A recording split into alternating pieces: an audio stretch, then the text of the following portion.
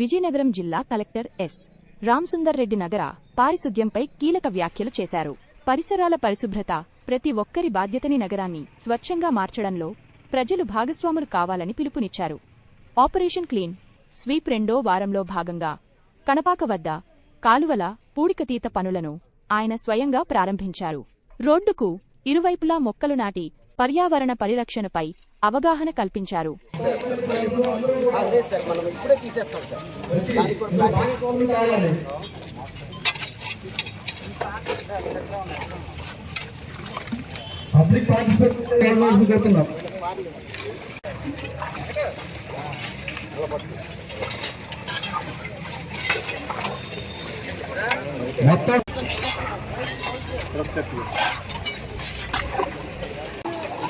తయారు చేయాలంటే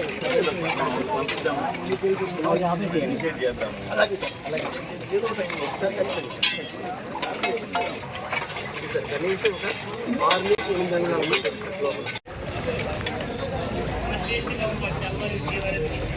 నుంచోగలగా అది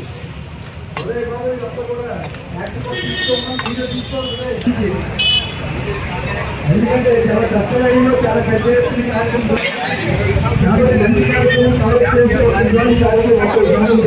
కార్యక్రమం